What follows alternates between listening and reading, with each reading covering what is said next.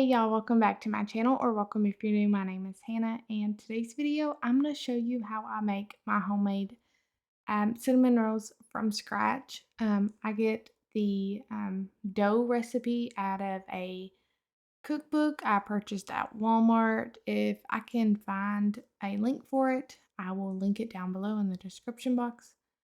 But it's like I think it's called Amish Community Cookbook. I've shared it on my channel before in some other videos, but this is where I get my cinnamon roll dough recipe. And these turn out to be like the best cinnamon rolls ever, every time. But you first want to start out with scalding your milk, which, I mean, from what I understand, is just heating your milk up for a little bit, and then once it's done, I pour in. I heat it up enough to where whenever I get ready to add the lard or the shortening, whatever you want to use, I use lard.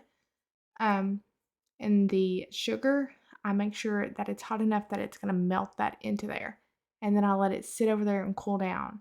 And while it's cooling down, I go over to my mixer and mix in my yeast and I think it's like a tablespoon of sugar and some warm water, not very hot water, but just like warm water enough that it's not gonna like burn you. I guess like I don't know what they call it, like lukewarm, whatever. Um, and I stir that up and let it sit there until it becomes foamy like this. And then once it's foamy, usually the milk and lard and sugar mixture is cooled down, and I can pour that into my bowl with my yeast and water.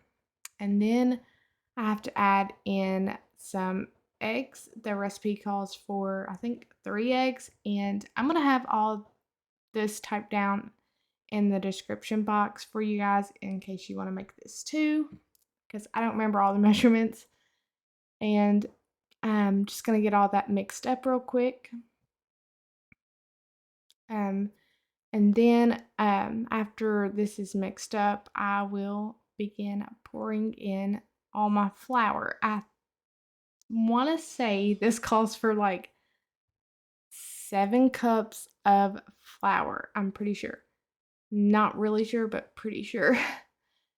Like I said, I'll have the recipe typed up down below for you guys, but and I'm gonna try to find a link for the cookbook. But I just add in a few cups at a time, make sure I'm scraping down the sides of my bowl while this is mixing, and that way all the flour gets incorporated really well. And then once the first cups of flour are um, mixed in well, then I start adding in more flour. But this recipe does make a double batch of the dough. So when you're done, you'll have to split this dough in half, and you'll have 2 balls of dough. Now that all that is mixed up, I'm gonna cover this with a little bowl cover that I made myself and let that rise until double. And now that it has risen, it's time to do what everyone loves to do when it comes to homemade dough, and that's punching it down. Um, then I'm just gonna sprinkle my countertop so it doesn't get stuck on there, and I'll get that out and put that down on my flour, and I will end up, like I said, you have to split this in half, but first forgot my apron, so I had to go throw that on real quick so I don't end up with flour all over my clothes or dough. But got my rolling pin out, but now I'm just kind of getting that coated with some flour a little bit, and then I'm separating it into the 2 balls of dough and kind of weighing them in my hand and guessing on how much each of these weigh. I just kind of, like I said, just kind of put them both in my hands as you've seen and kind of just guess on how much they weigh approximately. If they feel about the same in each hand, then I assume that's roughly about half and go with it. And it turns out okay. So now that I've done that, I'm just obviously going to roll this dough out now. And I do end up having to pick this dough back up because I guess I didn't have enough flour on the counter, so it started to stick a little bit. And so I pick it up and move it over just to throw a little bit more flour down, and I'll move it back over. And I'll have to roll it back out a little bit more after I do that.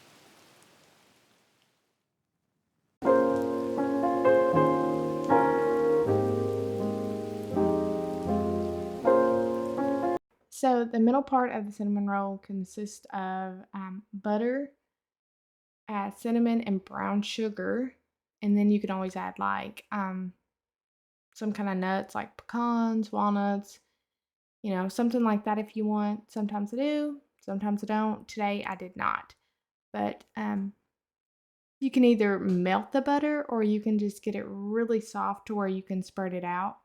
And I've done it both ways. The melted butter is a little messier spreading it around. Some of it will go like, some of it did get on my counter, but both ways work very well. Um, so I'm just taking my little brush here and spreading that butter all over my dough here. I'm putting it all the way to the edges so I can get a good coat of that on there. And then for the brown sugar, I had left over from some other time I had made brown sugar, but um, I didn't have enough, so I'm gonna make my own brown sugar like I always do now. And brown sugar is just regular granulated sugar with molasses mixed in. And ever since I found that out, I made a point to myself or tell myself that I was not gonna buy brown sugar at the store anymore. I will make it myself. And this is what it turns out like. You can make it either light or dark, however you want to. It just all depends on how much molasses you put in there. And I started out by measuring this with how much brown sugar the book said, but honestly, that did not look like enough for me. So you see now I'm adding way more brown sugar, and it turns out really well. And then I'm just kind of trying to spread it out all the way to the edges as much as I can. And then I'm going to take cinnamon. I'm not even going to measure. And I am just going to sprinkle that on there. And honestly, I didn't even add enough cinnamon. So later on, when my husband and kids tried it, they told me it needed more. So I just sprinkled more cinnamon on the top with the icing. And it turned out really well. So always know if you don't get enough cinnamon, you can always go back and just sprinkle it in with your icing, mix it up, and throw it on the top, and it turns out good. So again, just taking all that, spreading it around, making sure I get it to the edges as close as I can. That way there's not a spot on there that didn't get any brown sugar or cinnamon. Okay, so this is different for me. This is the first time I've tried it like this, but in the past, I've always rolled my dough up and then took a piece of thread and cut it.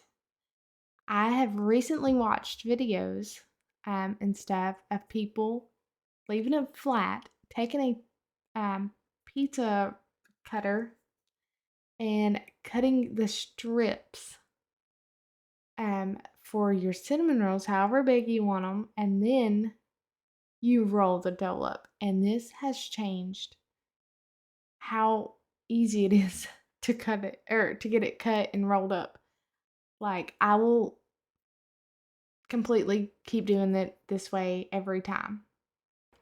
So the first batch was we ended up putting in the oven and eating that day because I made those for my husband's birthday. And the second batch I am putting on this tray and or baking sheet and gonna put a plastic wrap over it. Try to make sure none of them touch. And I'm gonna throw these in the freezer so that way, if we ever want cinnamon rolls and I don't want to cook all of them, I don't have to. I can just pull them out of a Ziploc bag, however many I want, cook up that many, or put them all in the oven, whatever you want to do.